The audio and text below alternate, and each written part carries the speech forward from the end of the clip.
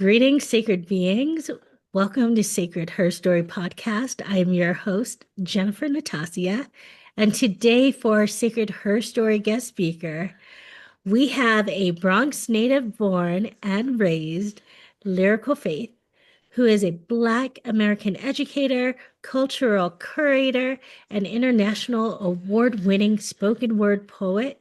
Her words have graced stages beyond NYC to the impact cities around the country and countries around the world, such as France, South Africa, Belize, Ukraine, New Zealand, Mexico, and many more to come. She is an advanced doctoral researcher in social justice education at the University of Massachusetts, Amherst, and I probably butchered that, but that's okay. Examining the social impact of artistic expression for Black communities through hip hop education. She has toured colleges and universities across country and been featured on acclaimed platforms such as the world famous Apollo Theater and America's favorite game show, Family Feud. She's a three-time Woman of the World Poetry Slam finalist, a two-time Bronx Poet Laureate finalist, the 2015 Syracuse University Poet of the Year, and the inaugural UMass Amherst W.E.B. Du Bois Center Poet in Residence. She shared stages with icons from Dr. Mark Lamont Hill to Miss Lauren Hill. She's a graduate of the Public Relations Program at Syracuse University and a master's degree recipient in higher education and student affairs from NYU. Her work has appeared on NPR, iHeartRadio, Button Poetry, Right About Now, Huffington Post, Black Voices, News 12, The Bronx, and so much more. And she is also the founder of the International Black Artist Freedom Conference, better known as the Black AF Conference. Whew! Amazing, amazing. Welcome, Lyrical Faith. Thank you, thank you, thank you. The Black AF conference is national right now, but we're gonna speak that into existence. It will be international at some point soon. So Oh, thank you. we're claiming it. We're claiming it. We're claiming it. It's already done. Already done. It's Wow. done. I'm just so impressed by your accomplishments and your incredible presence now. And with all that, it couldn't have been easy to get there. Did you always see yourself as a poet? Was this something you always dreamed about when you were a girl? Share, tell us. Yeah, thank you so much. And also just happy to be here. Thank you for having me. I always see myself as a poet? Hmm. I think that when I was younger, I knew that I always wanted to be on camera. I knew I always wanted to be in front of the scenes and talking to the people in some way. I didn't know what that looked like. I was just, an awkward girl who who liked to read and write. And I'm from the Bronx, New York. Um I grew up in the neighborhood that hip hop was founded in. So I heard the spiel my whole life. So I was always into the lyrics and the music and just the culture. And then going to school, I actually went to a few different elementary schools until my mother was able to land me at the Talented and Gifted School in East Harlem. And so started going to that school, and there was a lot of creatives there because, TAG was just a really wonderful program where, they had talent shows and just all sorts of things. So a lot of my friends could sing and dance, and we had plays every year, and some people were just good at things. And until I found poetry, I didn't know what I was good at. And so spoken word felt like the first thing that I was really good at. And that was kind of, around that was that season when I was really just growing into myself and my voice. I tended to keep a lot of things bottled up. And this was the outlet that I had to not keep something bottled up for what felt like the first time in my life, right? So talking about going from being awkward, I guess I just went from being, awkward to having a place to express that awkwardness that felt safe and felt affirming. And, I had friends that also did poetry. And so I kept a journal and wrote every single day. And still, still to this day, it was the best decision of my life. That's incredible. I'm just like kind of taken away with the talented and gifted in Harlem. That sounds like okay, this girl is going somewhere. And thank you for sharing how you said you used to keep things bottled up and this was your way of expressing yourself. You know, how was it growing up? Like you mentioned going to different schools and stuff. Was it tough? I mean, you said awkward little girl, so how was that for you? Or was that more Yeah. mental? I think I felt awkward just because I was the youngest of six, and Mm, all of my siblings were, I mentioned this in one of my poems, but just because my siblings were older, they were all closer in age with each other and not me.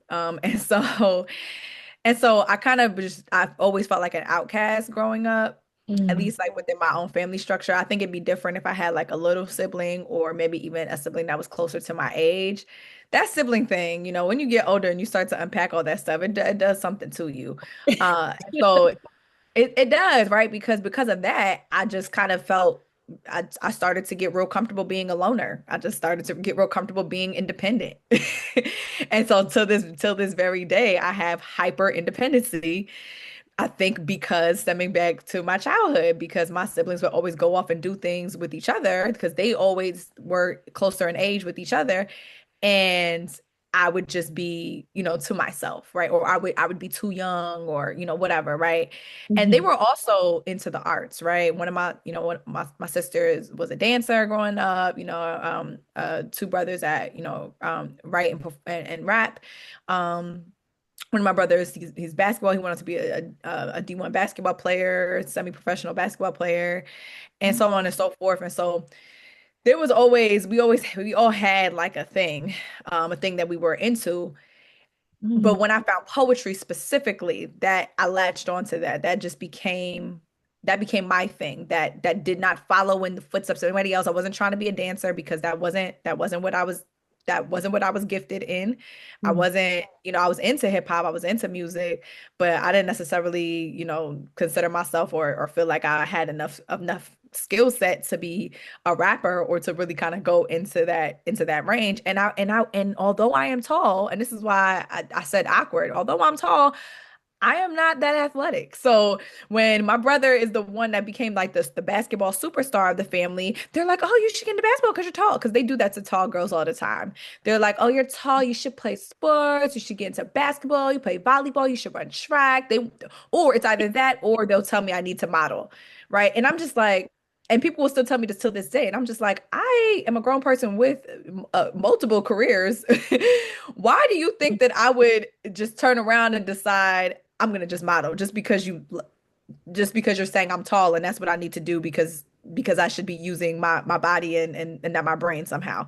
mhm. And so stuff like that, I mean, I think other tall girls can relate, or maybe other people know what I'm saying when it comes to this, but they just try to put you into the typical tall girl activities. And that's a little frustrating as well for me, somebody who specifically uses my my head with the things that I've been into my entire life, right? At this point, at this juncture, right? I'm a PhD student, Yeah, a PhD candidate, excuse me. I'm a PhD candidate, candidate. and Get I've it worked right. very hard I've worked very hard, with every ounce of my being to get here, right? And so, for people to kind of then just see me and relegate like, "Oh, have you thought about modeling?" And it's cute, it's cool, I understand, and it's some people's path, but if I've never showed an interest in modeling before, what makes you think I'm gonna just Yeah. jump into it now? So I think just people try to put a lot of different labels on you, and I was always somebody who did not like labels. I never liked being boxed in, and I think that that is one of my I think strengths and I guess, pitfalls to this day. I've never liked being boxed in, and I've always wanted to thrive at multiple things where I saw my passions and my interests fell at. And for me, that was like the one true way I felt I could be, happy or to have joy is to be able to do many things that I was into. And I think people just don't like that. People want you to be carbon copies, people want you to be factory workers, people want you to be in a box. People always told me you got to choose. Even just the way our society is structured, you have to choose a major, you have to, you have to choose a, you have to choose. And I get it. Life is all about choices, and you do have to make choices. But I think that when they see that you make a choice and then you have multiple talents outside of that choice, people start to kind of put this target on you. Like, you're Hmm. not supposed to do that. Don't be creative. Don't be different, and I think that that's one of the things that I face as like a not boxed in person.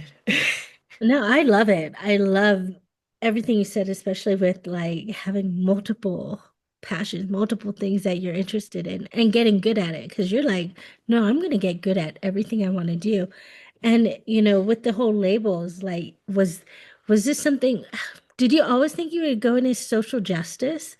Because tell me, tell, Yeah.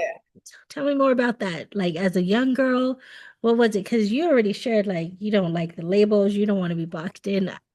For me, those are all relatable. I don't like being boxed in either. Give Yeah, me we're freedom. we're allowed to be multifaceted. We're allowed to be Right. multifaceted, which is why I even have issues with like just I have issues with just like identifying myself as a label, period. Like when I say I like, when I say I like to eat vegan, or I say that, or if I say that I'm vegan, right? There's people who get that, and then there's people that are on the outside of the club that are like already all of their stereotypes about what they think veganism is comes up. If I say that I'm a feminist, something I don't like to say either, not because I don't believe that, not because I'm not, proud of or don't believe or don't stand on, women's rights and detest the double standard of morals is it's because people have this specific image when it comes to feminism, usually based off of white feminism, and and it comes to their mind and they're like, oh, you're one of those people, you know what I'm saying? If I say that I'm Mm, Christian, which I am, that comes with a bunch of, just things that people believe, like, oh, well, if you say that you're Christian, that means you do this, that, and third, and you don't do this, that, and the third.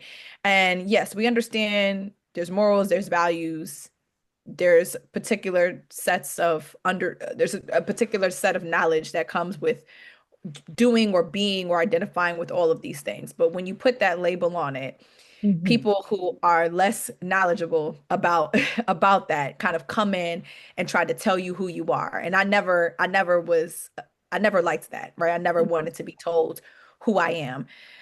I think I have the autonomy and the ability to define that for myself. And so going into my PhD, yeah, so right now I am a PhD candidate in social justice education, and going this route for me was the clearest pathway for me to be able to say I can combine the things that I'm interested in, and it can be what I do and what I seek in my world and in my career and in my professional life. And mhm, so I always defined myself as somebody who was into education, into activism, and into the arts, right? Into cultural community work, into serving the people work. And I would be working different jobs or in different positions, and people would not understand why I would be doing, education related stuff or, organizational related stuff during the day, but then I'd be going to perform my poetry events at night. And it's kind of like people didn't want you to do that. People didn't want you to be, all that you proclaim that you are. And they want you to be focused on one thing, and that was just never my jam. So going into social justice in particular, it allowed for me to house and specifically within academia, it allowed for me to house a way that I am able to research and find and show the world that I can find the connections between all of these passions because these are all important assets of life. Arts and culture, education, advocacy work. These are all important aspects of community and contributions to our society. But the way that I do arts education and advocacy, I wanted people to see there are direct links and ties to everything, and I'm not just crazy. When I'm doing these things, I'm not just making this up, and I'm not living these separate lives. I'm not doing too much where I'm like, oh, I gotta focus. Like I'm not unfocused. There is a grand master plan, okay? And Hmm. so being able to create knowledge, having the ability to pursue this degree path, this professional route that allows for me to create knowledge in this area and show the links to the world within education, activism, and the arts is something that I am very passionate about. And once again, a way that I am not being boxed in, but showing the world like when you open the box, there's so many possibilities. Oh yes, I see all the relations in it, you know, and it all comes down to truth. Yes. It all comes down to truth, So it's very beautiful. I love how it makes there's a creativity in it. There's like this balance in everything that you've been creating and working on.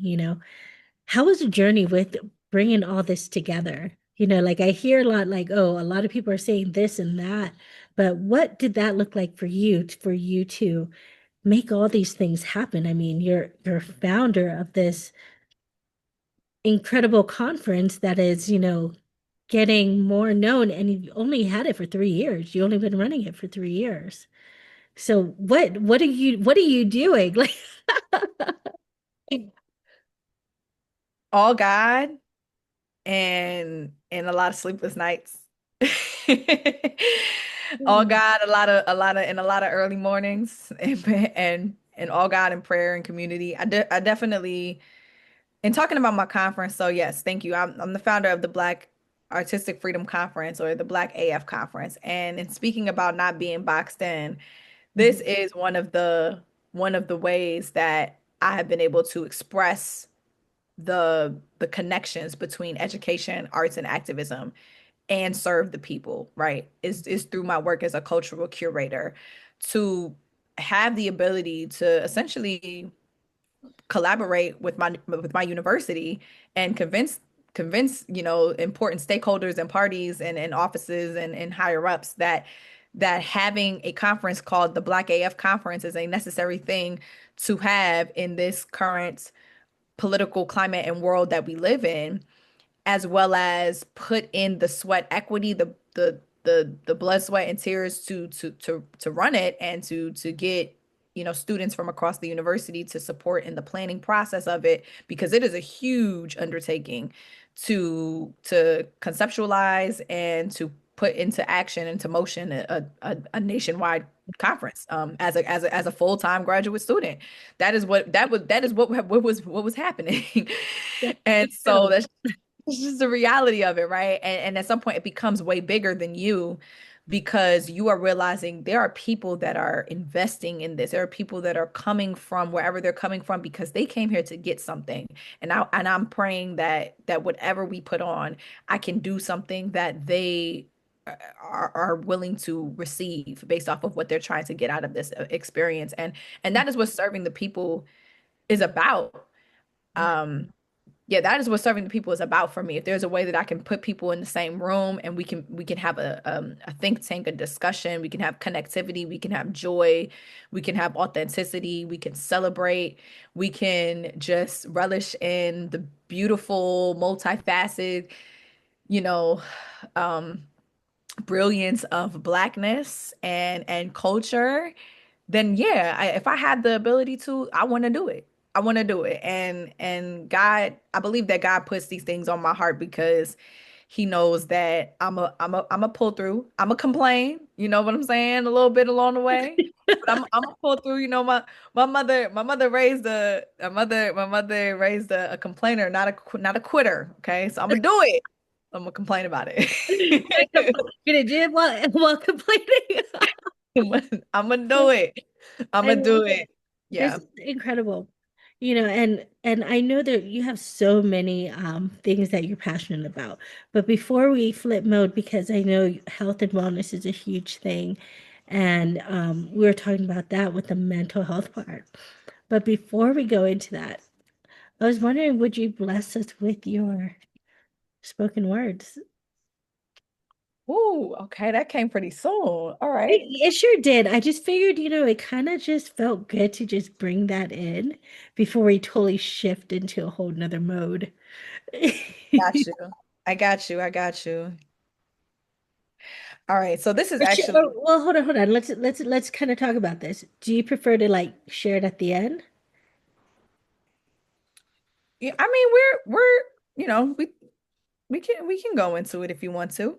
Yeah, we can go into it. Go into it because here's your, Black AF conference. This is your baby. This is what you do, the whole artistic part of it, creative part of it. So, yes. Yeah. Okay. I'm Well, we'll bring excited it to to. hear it too. I'm just like, Okay. Yeah, we'll go into it. This is actually a more recent thing that I've written. I'm still working on some edits, still massaging this a little bit. But this is yeah, so this is a little bit more intimate. Haven't really shared this. mm, Uh so this is a world premiere. It's an exclusive. Haven't really shared this often, but yeah, we can get into it.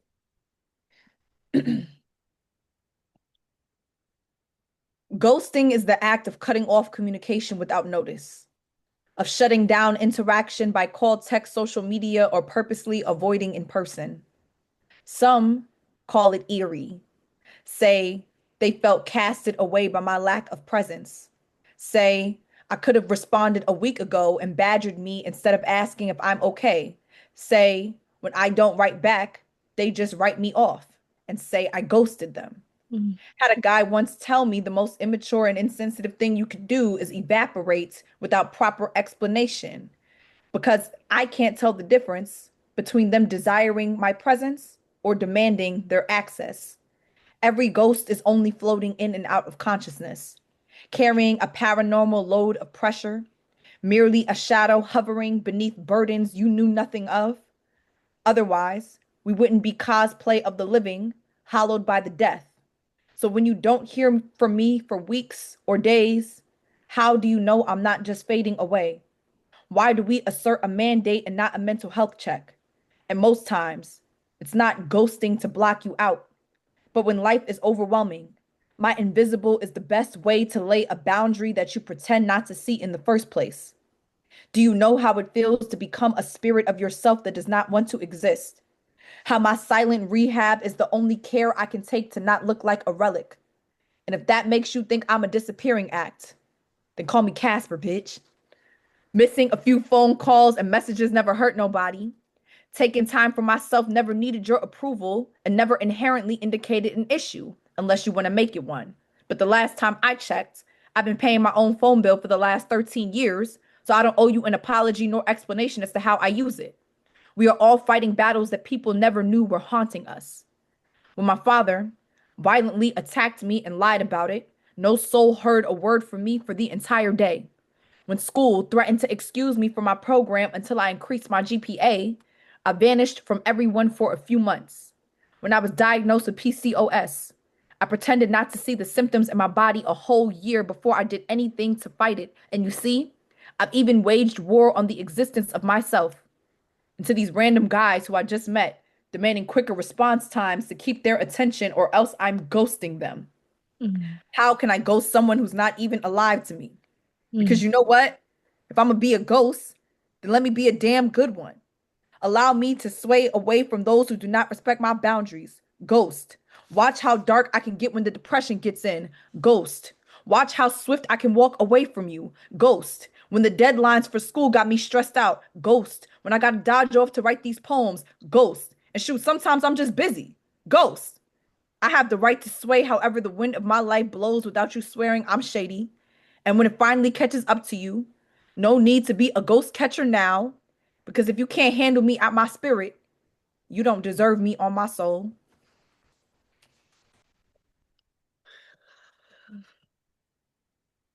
I felt that. That's so good. Thank you. Thank you, Lyrical Faith. Now I see the name. I hear the name. I feel the name. That's Thank you. Thank you. beautiful. Very, I felt it. I felt it. So thank you for sharing. Thank you for that rawness too. And reminding us that we have permission to ghost, be Yes. like Casper. That Got your English it was yourself. so good. Yeah. I think the whole part of like, when you get silent, you know, why not ask what's going on? Are you okay? Hmm. you know, and reach out, when you're ready, hopefully you respond, if somebody like says, hey, are you okay? I know I would, but a lot of people don't be doing that. So, Right. which is what, what you're writing about. It's, yeah, I'm ghosting because I'm dealing with the stuff in the silence, right?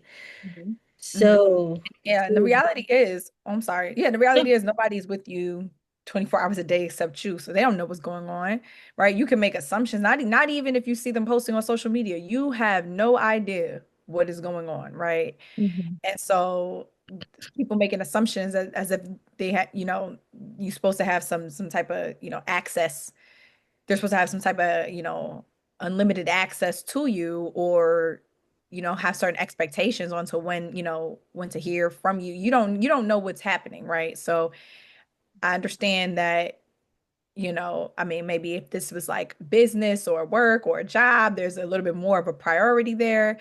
But sometimes in the day to day and the rumble and tumble of life, if you're even best friends, adult friendships be hard for this exact reason, because y'all don't all live in the same place no more. Y'all probably y'all got different things going on. People got families, kids, all sorts of things happening, things that are stressing them out. And so you don't know what's happening. And so you should just ask. And that's why you always kind of got to hit somebody with the I hope you're doing well before you, or the at least the good morning, Yeah. before you come up in here with the requests and the demand of what it is that you're trying to get off to them. Because you don't know. You never know what somebody's going through. Right. And that's like the whole thing with like health and wellness and mental health, right? Is all of that. This was really that's what I took from it was mental health from what you just shared, honoring our space. How was that like when you were writing this? Can you share like what were you thinking? What was going on? Was this at a very heavy place in your life, or was this just, because you got all this stuff going on, which we're gonna go into?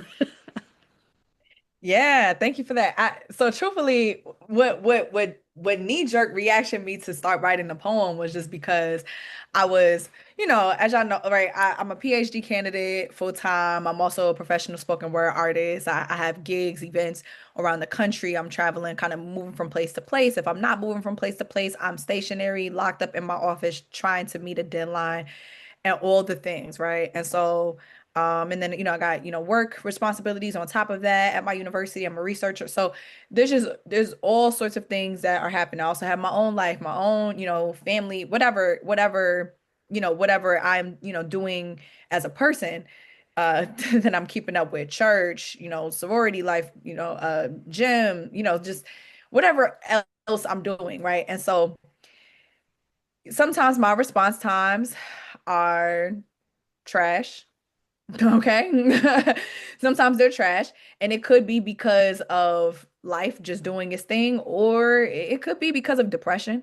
I'm somebody who does experience depression. I'm high functioning. I'm also somebody who experiences anxiety, high functioning. And so I can certainly mask it well. But what knee-jerk reaction sparked the piece was because, once again, life is life, and as it does. And there was like two different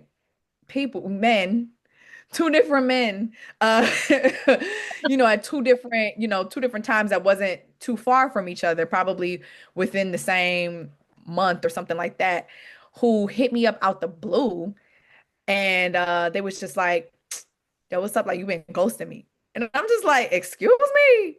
Like, and it was just like, and it was just so random, like, no, because we used to talk. And I'm like, we had two conversations over the summer. Like, So who you know, ghosting who? like it's the fall now. And I'm like, yo, do you know, like, what, you don't even know what I got going on. And I'm just like, yeah, we had a couple conversations, but like, what you like, why don't you be like, hey, what's up? How you been? Like a normal person. You know what I'm saying?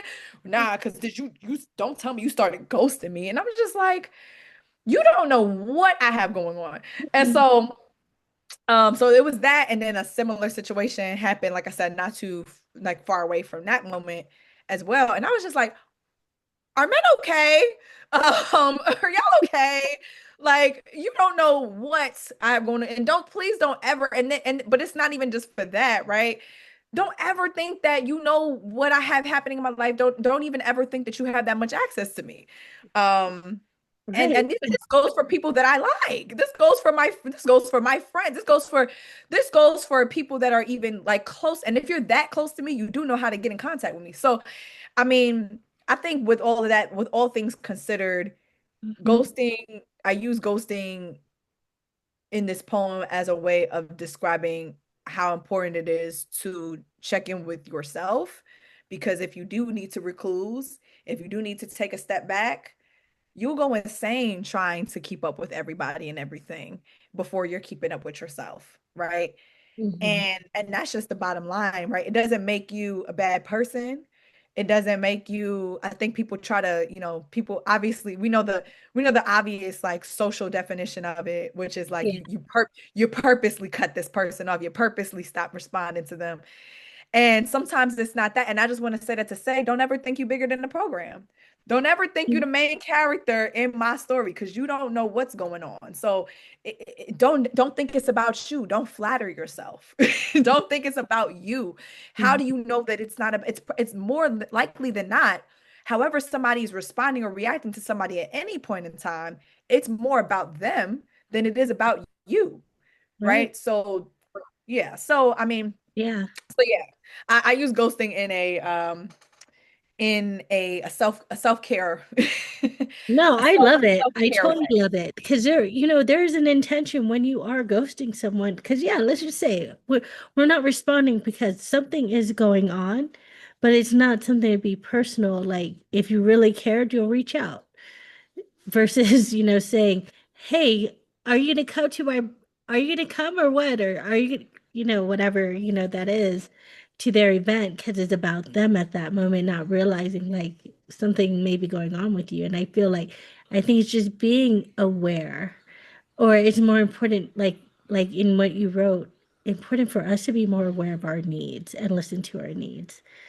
And it does take that time of shutting out all the noise because there is a lot of noise out there Mhm. outside of us, right? So I love this piece. I'm like, and y'all got to hear it. Yeah, yeah, definitely. I wanted to share that. And then yeah, so I mean I think and I think a lot of it is about this. I know the obvious implications of, how people can feel when they've reached out maybe and you have not responded. I understand that there's obvious implications, right? I feel, one of my best friends, right? If I don't hear from her for a while, I kind of just, send a little check-in, Little just check-in, little yeah. check-in because I happen to know her well enough to know that there's usually something going on, as she's not just neglecting to respond because she don't want to speak to me, right? It's usually something a little deeper happening. And so I think that we need to do a better job as a society to, you know, be kinder in how we're keeping up with people, if that's something that we're saying that we care about sustaining a relationship with someone in any type of way. We can do a better job at being kinder at keeping up with them as opposed to thinking like, nah, this person ain't write me back. It's like, I understand maybe if there are multiple instances that could probably maybe lead you to believe this person doesn't want to speak to you. But if not, I have a good friend who she fell into a very deep data state of depression at one spell in time. And she was about to have people pull up to her house and knock on her door because no one heard from her for a period of time. And it almost took that in order for her to kind of like come up for air a little bit, right? Just do a little home check. Like, I just need to make sure you alive. You okay, sis? Yeah. You never know what's going on behind the scenes, right? Even once again, and I'm somebody who, has a, I guess people would say, an active social media presence.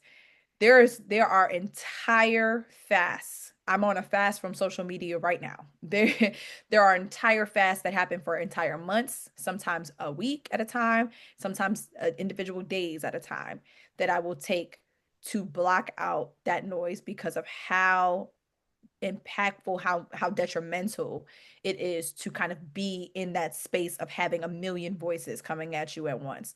I have enough voices in my own life and in my own head. Okay. Right. So I'm I like, don't need the okay. millions more that Yeah. are out there, without aim or purpose in this specific season of my life. So you never know what's happening. And even if you, like I said, even if you do see somebody posting on social media, or even if you see them out at an event, even if you see them at a meeting that they're supposed to be at for work or something like that, you still don't know what's happening behind the scenes. So try to check in instead of checking them out. Thank you for that. Thank you for that reminder because it definitely so important. And I'm ready to shift gears again, but anything else on mental health that you want to share before I just straight shift it? I like that check in, check in rather than check out with people, give them that grace. I think it's beautiful.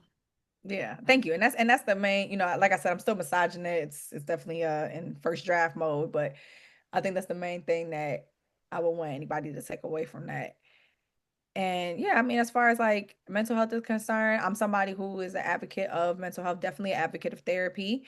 I've been in and out of therapy for eight 8 years now. And so I think that people are kind of in this recent generation just getting around to it being like this whole accepting notion. But I mean, it's been 8 years for me, but it should have been way longer than that. And the reason why it wasn't was because there was just this whole stigma growing up around therapy.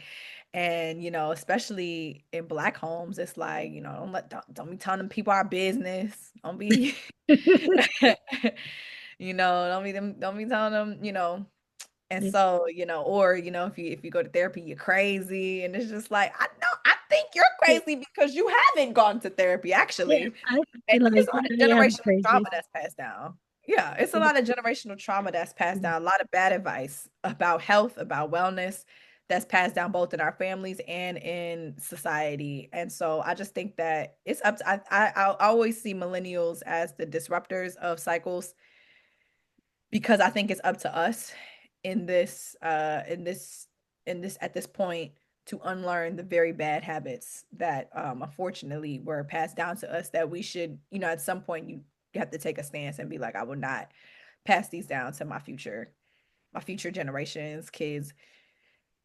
And I think that's just really important. And breaking that stigma, that cycle of mental health is definitely or just breaking that cycle of bad habits around health and wellness is Mhm. definitely something important that I want people to also know. Yeah, thank you. Thank you. There was stuff that you said you mentioned about health because you take your health more serious now. I mean, we're not getting any younger. We got this one body and Whew. we're right. Right? We got this one body, you know. Sometimes, once you crack, you can't go back. So you might as well take care of it now. Right, right. You Some people say black don't crack. Black, it do crack. Because I know. I seen some black crack. It depends on Like, what you're doing with the what crack. you doing? Yeah, what you doing, But, like you said, excuse me, that you have your routine too. Like you go to the gym, you making sure that, I mean, like you have such a busy schedule. How do you maintain your health and wellness? Oh, I plan my schedule around my health and wellness. That's how. Yeah. Yeah, yeah. I at this juncture, so at this point, I've been going to the gym for 3 years consistently. I haven't missed a week in 3 years. And it's been a game changer in my life as a person, as a performer, as a professional, as a poet. Come on, alliteration. And so And so for me, I think that I can't do the things that I used to be running on E all the time. It's crazy. People will never know. Y'all used to see me out at these events, hitting up these 3 events. I was going to 3 events in one day. This was before I was even driving a car. Um, 3 shows back to back in a day, multiple shows in a weekend. I remember one year it was Black History Month. Black History Month is always my busiest month. And I think I had 4 to 6 shows every single week. And this is while I was a full-time grad student. Mm. 4 to 6 shows every single week. It was insane. And so I'm running on E because I'm not sleeping. I'm over here trying to finish my grad, thesis and capstone and papers and all the things, doing Mhm. my classes in 1 hour and zooming off to a show the next. Uh, and so, thought I was running on Zoom. I was really running on AOL. And so, All day uh, up. dial-up, on that dial-up. I was not on that Zoom. And so I was running on E, right? It wasn't, taking my mental health as seriously because I was not in therapy around that time. This was around 2018, and I was not going to the gym at all. But I was somebody who was always very adamant about food and what you eat. So I'm always the supplements girly. I'm always the vitamins girly. I'm always the I watch what I eat girly. I do not eat meat. I do not I stopped eating dairy in like 2020. I haven't eaten meat for 12 years. And I think everybody should definitely do what works best for them. I've heard, all sorts of both bad and personal wellness advice based off of what other people's experiences with something are. But I think for me, what works for me is that I listen to my body. And if my body is rejecting something or it's telling me like, hey, you don't need to eat this specifically because it's processed, specifically because you don't know what farm place whatever this even came from, and specifically because you are not you're not you're not taken to it too kindly, then you need to make a change, right? Your body is like, if you think of your once we have one engine, right? If you think about if you had to drive the same car your entire life, how well would you be taking care of and tending to that car? Okay. When that check engine light comes on, you have to respond. If you are driving a car and your check engine light is on for years, you got a Mhm. problem. Your transmission you are about to run out, and you'll be carless for the rest of your life if you do not tend to those warning lights. And so anytime something is happening with you, it's not just oh, I gotta get, yeah, I just get chronic headaches. There's a reason why you're getting chronic headaches. Yeah. Okay. You don't just get chronic, your body is telling you something, right? And it's not, and the answer is not all of these medications and prescriptions and things that they want to pop us with. And you start talking like this and people start to, oh, you crazy. But I'm hearing, well, I guess I'm crazy right with you then. thank you. Thank you. Because it's true. You got one body. This is something that, and this is actually very personal, but this is something that I've been in conversation with my mother about for, past several years. When I started to make the change around how I eat and my wellness, and specifically around like going to the gym and being physical and everything, I would hear about the different health struggles that my mom is experiencing. She's not somebody who is, chronically unhealthy by any means, but she does, she is somebody who has like her own way of, the more has had an old school way of doing things for a while. And so I started to be in her ear about it consistently. The squeaky wheel gets the oil. We have to, our parents are elderly and they come from a different generation. And so they're not going to necessarily, like I said, the millennials are disruptors and generational, cycle breakers. And I think it's up to us not only to take on that responsibility of getting ourselves right, but you got to help to influence, your parents or your family members as well, because they're not going to get the same type of access to information that we will have. And they're not going to go out and read the books and listen to the podcast and know about the holistic healers and this and that and the third. We be talking about doulas, and they was like, we did this on, epidural or whatever it is. Well, Lyrical, I do want to give props because you got a Gen Xer here, Yes, and yes, we got, yes, yes, but yes. what, like, I have a sibling that's a Gen Xer, so I think that Gen Xers and millennials are semi yeah, close in range. Yeah. I'm in a special part of the Gen Xer reel, I guess, adding that millennial at the end. But no, what you were saying, definitely that health component.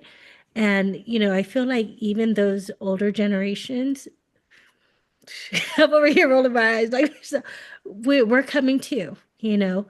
But yes, we all need to make this change, right? And I love how you're like, millennials are the disruptors. Yeah, y'all are disruptors. You guys disrupted. No, no, but yes, everything you're speaking is so much truth, and I just love it. Yeah, continue on, continue on. I just had to share that. Yes, yes. And so Us, yeah, and us older generations are, we, yeah, we, shout out to that side Gen Xers. Y'all are right there, the in-betweeners. we're That's what there. they call. That's what my pastor calls it at my church. Y'all in between young and old. Yep.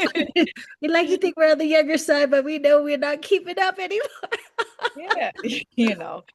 Yeah. I mean, well, we all just doing the best that we can, right? And Mhm. even as you get older, and we were talking about generational healing and breaking generational cycles, even as you get older, even for me as a I guess, like, an older millennial now, I guess. A little millennial, young millennial. Yeah, I mean, just, on that range, I guess, yeah. So I think one of those things that you really realize is that even your parents, right, with all of the things that you could possibly kind of point to as like, oh, this is why I gotta unravel these things, and third, this is why I gotta do this, that, this is why I gotta do all this work because they didn't do it. You realize that they were also just doing the best they can. You think about when they had you, they was also young. They was also the age that you probably are now, you know. So when they had us, and I guess you really realize, like, oh shoot, like, I mean, I'm personally, I'm not a parent, I'm a very active auntie, but but I think about, like, dang, like my mom already had I think two kids at the age that I am now. She already had two kids. One a little older and one younger. And I don't know what I'd be doing for two kids right now, baby. I'm barely managing myself. Okay, so I think so I think you also realize you kind of just give grace. I think everybody just needs some grace because you realize they were just trying to figure it out as well. But I am on my mom consistently about her health and wellness, and because of that, she actually recently started working out. Recently started, is starting some classes at the gym, or the wellness center. And so those are the types of influences that we have to have on each other, these positive influences about, you only got one life, you Mhm. only got one body. God gave us one body, and he has certain expectations for how we are taking care of it and stewarding our lives. And I think that all of that is a part of it, given the grace and being knowledgeable about what we are doing with our minds and our bodies so that we can take good care of it. Once again, if you could only drive that one car your whole life, how well are you going to take care of that car? You take real good care of it, depending on the brand too. Right, know what I'm saying? And hopefully it's Toyota because they're reliable. I got one, so Toyota They, or Honda. yep, they are because some other brands I can't say the same. So what comes next for Lyrical Faith? What comes next for you? What's next? What's What comes going? next for me? I got a lot of projects and things on the horizon. I'm actually about to go on tour next week, so um, I know it's women. Will it be Women's History Month by the time it airs? I know it's Women's History Month now, so happy Yeah, Women's it's History Women's Month. History Month this month. So um, so yeah, hopefully maybe by the time it airs, but I'll be going on a Mid-Atlantic region tour next week. So I'll be hitting some colleges and universities out in Maryland, Pennsylvania, and New York, my hometown. And I have that going on. I will be out in LA next month, uh, performing and also presenting at a major conference for my field. And then I have a couple of more. I'll have some tour dates that I'm dropping between the rest of this spring and going into this summer because it is pretty stacked. This year, I have also been given the privilege, the honor of being the inaugural fellow and artist in residence at the Mosesian Center for the Arts, which is a major arts organization out in the Boston area, the greater Boston area. And so, as a part of my residency with them, I'm actually working on my first full length manuscript of poems. I'm working on my first book this year, working on my first book, and I'm also in process of wanting to work on my first spoken word album.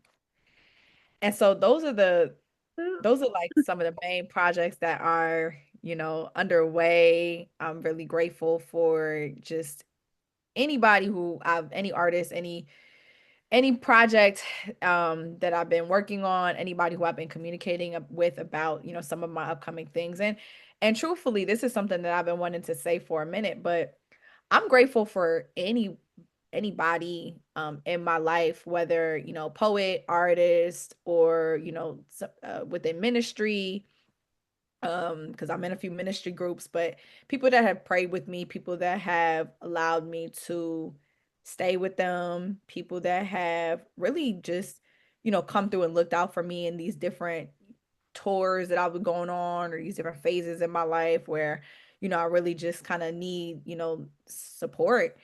And I just want to really be grateful for the people who've let me crash on their couches and in their guest rooms and just all sorts of things. Because when I'm moving out here, I mean, yeah, sometimes I have all that stuff, taken care of and arranged, but then other times I just really, needing that friend, that support system, and even the people that when I'm going through things that will just pray with me, I will always, always, always accept any type of prayer because Mhm. the way that I move, I just like, oh, it's only God that like is covering me because I know it's a crazy world, it's a lot going on, and I'm just doing I'm making a lot of movements. I know it's a lot of moving parts all the time, and I'm grateful to God that He has allowed for me to be able to do these things and have positioned certain people in my life that are willing and open to being, in community with me, allowing me either in their space or just even like in their heart posture by hearing me out with whatever is happening and are willing to kind of, pray with me, support, be spiritual, have, some sort of spiritual guidance or even just hear me out when I have to vent, you know? So I just want to say none of that has ever gone um none of that has ever I've never overlooked any of that. There's always been I've been truly, truly blessed and truly grateful. And I'll tell this story real quick. One time well, not one time, a couple weeks ago.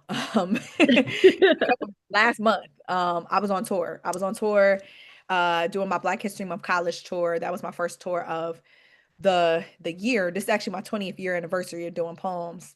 So thank you of writing and performing poems. Yeah. So the tours that I'm going on this year, I have several planned out, but they are my 20th year anniversary tour. And so this year I'm going hard, right? I got my second tour coming up, like I said, next week. My Mid-Atlantic region tour and then another one shortly after. So anyway, I was on my Black History Month tour this year, and so I'm going around to these different colleges. I'm in these rural areas of upstate New York, right?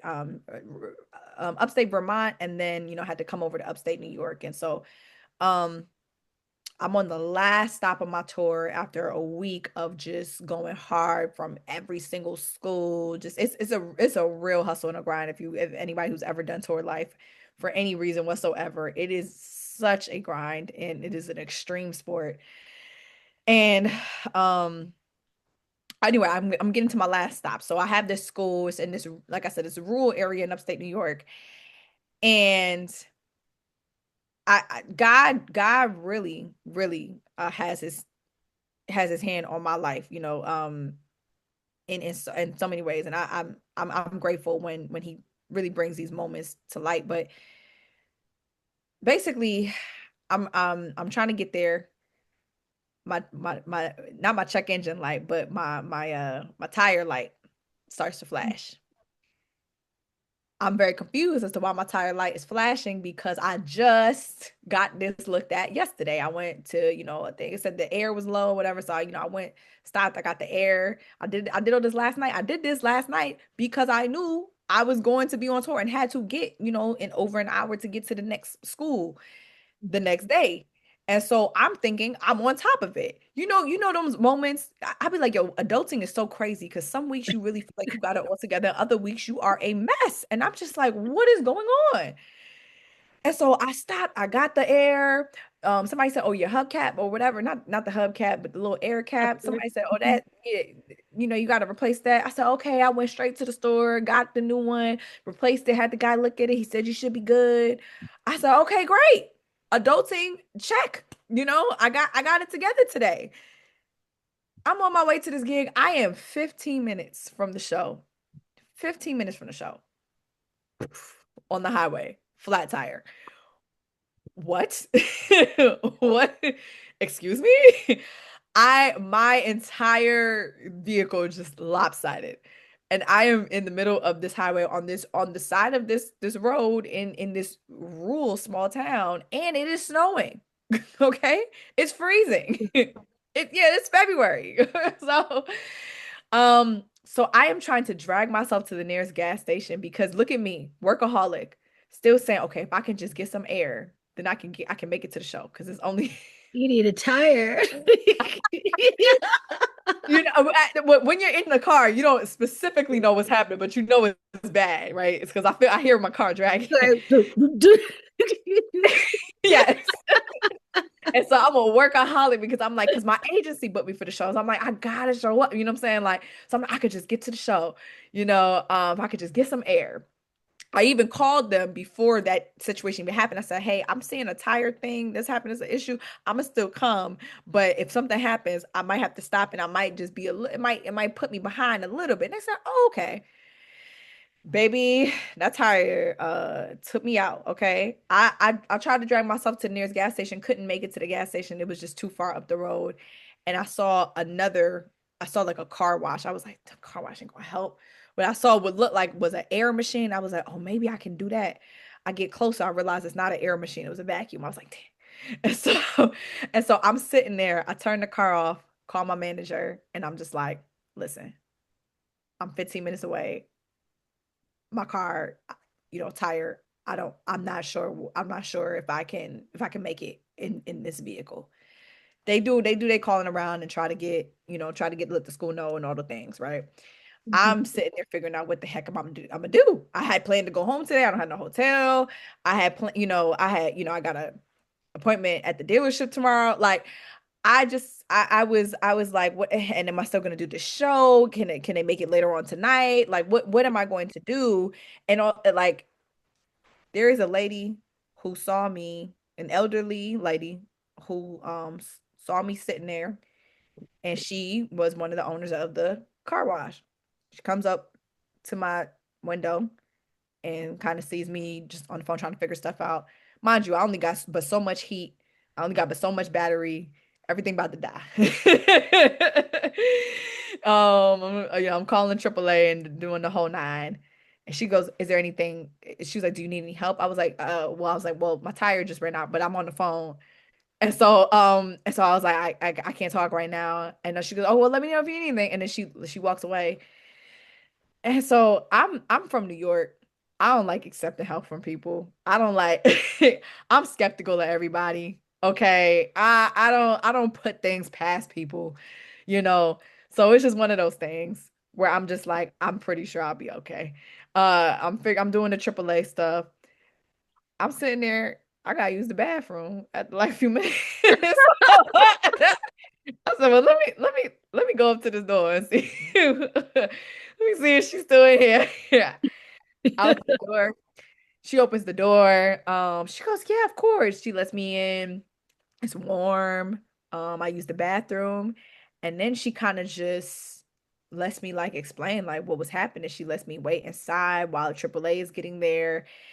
And I am just so uncomfortable because I'm just like, well, I don't want, I think also just as a black woman, there's this whole thing around you and being a hyper independent black woman, as I told y'all earlier. There's this thing about around you just wanting to be able to figure it out on your own and like, not, necessarily looking for a handout or like letting people kind of just do this whole handout thing or whatever. Um, and so I really wasn't trying to accept too much help. Like I was like, oh, thank you for letting me sit in here, but because it was warm. But I was just like, if anything, if I got to go back in my car, I will, or whatever. She's like, no, no, please. She's offering me snacks.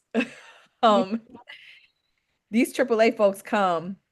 That's a whole nother story because they ended up basically giving me a tow to a tire place when they should have just put on my spare.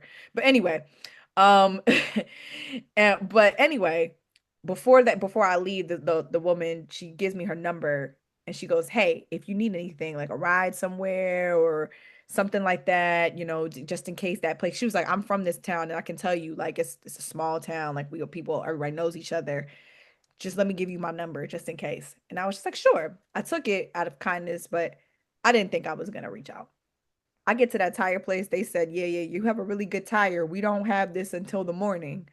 And so I'm just like, so what am I'm literally stuck in this place for a night, right? I'm calling around to like a couple of other places. They're like, yeah, we don't have that today. Like we might have it in the morning. And so I'm trying to figure out hotels. I call the woman. And I'm just like, hey, I'm just letting you know they don't have the tire or whatever. Long story short, this woman blesses me. She comes, she picks me up. Like I said, my gas is running out. I'm cold. So like she literally I felt like I was about to get frostbite. The sun went down at some point. I'm warm, I'm warm in her car and everything. And she offers to have her guys or her son-in-law come look at the vehicle, come look at the spare and see if there's some sort of resolve. Anyway, there was no resolution until the morning. She offers to let me stay at her place, which is like something that I was completely in my mind, like very, very kind of nervous and opposed to at first because I was very skeptical. She literally insists. She literally insists so that I wouldn't have to like, pay for a hotel and she said if you want to do the hotel you can, but I have a really nice house just all the way like kind of out in the it was just a rural place or whatever. And I was just like, okay. And so I just kind of let God do what he was doing because I definitely felt like at that moment, like God gave me peace in like not wanting to like run away from that situation. He gave me peace in like allowing somebody to help me in that moment where I was all by myself and not even my mom was able to pick up the phone because she was at work. And also I didn't want to like worry her in that moment because it would have been a thing. And God gave me peace in that moment to kind of just accept the help from this woman. And she ended up just looking out for me, letting Mm. me stay at her place, feeding me, like just making sure that I was good until we got the tire on the next day. And I really do believe that like God sends people to speak to you. God sends people to look out for you. God sends angels to give you messages. And one of the things that she said to me was just like, now you know, like there are still some good people left in this world. And I just that situation really just warmed my heart because sometimes when bad things happen to us or unexpected things happen to us, like I'm on my way to my gig, I'm like 15 minutes away, I'm moving, I'm grinding, I had a bang up run with my tour this whole week. I'm about to get the show, get out in an hour, go back to drive back to my place or whatever, and kind of call it a wrap for the week, sleep in my bed. I was so excited, and then boom, and God really just like there was just like an interruption in what you believed your plans are, because when you plan, God laughs, and God really just wants you to slow down sometimes, or at least for me, it's telling me like, hey, I need you to slow down sometimes and really like take in the fact that you can't get through this thing by yourself. Like you cannot get through this world by yourself, and I need you to be more willing to lean into that and understand, like when I'm saying I need you to slow down, I need you to pay attention, and I need you to focus on the path that I'm putting you on and the people that I'm aligning you with, because I will not steer you wrong. And that just allowed for me to just really just trust into whatever God has for my path. Sometimes you think it's you head into it to a show, and God is like, I just needed to show you that there are still people that are willing to help if you can accept that.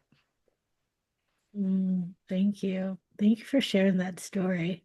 And to close, I was going to ask you too, but I'm wondering if that story is what hit it. Um, because that was like a really deep lesson, like to be open to accepting help. So I'm going to ask you a different question in closing for this episode of Sacred Her Story podcast. What is what is one thing that you would want to share with those who are listening? Or what do you feel that is important to share for those that are listening as they walk in their own becoming? Ooh,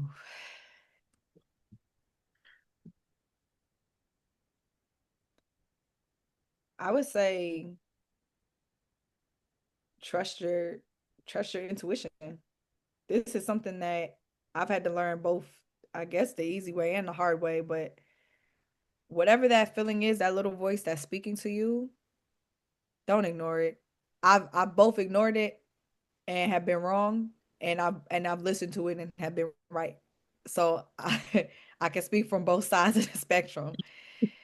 That little voice that is speaking to you, that little sign that you see, really, especially as women, right? We know when something's off. We feel it in our body, we get a shift, our hormones, our nerves, whatever it is that starts racing or moving or shifting in us. That's your body telling you something. I think what the message here overall is, listen to your body. Listen to your body, because that's God sending you a message. That's your body sending you a message. Mhm. That is your mind, right? Like when these things happen, you are not crazy. People want to make us believe that we are crazy for listening to our Yeah. bodies. And that is just the furthest thing from possible truth. Um, and the book that I'm actually working on this year, I'm gonna have some of these stories, some of these messaging in there around what that actually means to listen to your body. So I guess shameless plug whenever 2026. But but I think listen to your body, right? Because that voice is from God. You know, that message is from within, Mhm. and it is not steering you wrong, right? If you know that something is wrong, it's usually wrong. It's usually wrong. If you know something within you is telling you like, oh man, I should not be going there, I should not be meeting up with this person. Um, or if the message is like, you have peace, you don't have skepticism about this is not making your nerves race and your palms sweat and all the things, then that means that you probably should be leaning in that direction, and don't let other people like are the messages from the world are going to try to sway you and persuade you. We're going to try to distract you and throw you off. Mhm. But the more you are in tune with yourself, the more tapped in you are with yourself, the more stronger you can stand on business of what it means to take care of yourself and your body. And so that's why getting our mental health right is important. That's why getting our physical right is important. Being that gym or whatever it is that brings you that peace and helps to build you up, because that's why eating right is important, because you eat the wrong things and you kind of you're getting cloudy messages and you can't think straight and you're not drinking enough water, and all sorts of things are happening, the high blood pressure and the hypertension. And Black women, we already have enough going on because we are more susceptible to the maternal mortality rates. We're more susceptible to the endometriosis and the PCOS and all the things that are on us because of something called weathering, because of these things that happen to our bodies because of natural trauma responses. Mhm. And what we kind of are, where we come from, what we have to navigate, right? The invisible knapsack that we have to deal with. So I think the best thing that I could say and share is, if you are walking into your own becoming, is to listen to your body. Mm. No, Oof. you know what is best for you. And and if for whatever reason you need some answers and some guidance, you'll talk to God, and God will confirm that for you. Thank you. Oof. Lyrical. We're preaching right now. Well, A mere vessel. absolutely, absolutely. We are all vessels, and thank you for being that vessel here present with us. Thank you for having this, and thank you for your beautiful platform and all that you do, the messages that you share for the many women out there and the many people that just need to hear these words. Thank you, Lyrical. Thank you. I'm just a vessel too, right? Yes, yes. And Using your life. thank you. And thank you for those of you who are joining us, for she is Sacred Her. That is sacred, highly exalted rebel. It is saying yes to ourselves and trusting in our own inner wisdom. So thank you again, Lyrical Faith, for allowing us to celebrate you on your amazing, incredible journey of just success and beauty and poetry, spoken words, and just thank you for being raw and real, and sharing your wisdom. Thank you. Thank you. I wouldn't be myself if I didn't keep it real. So thank you.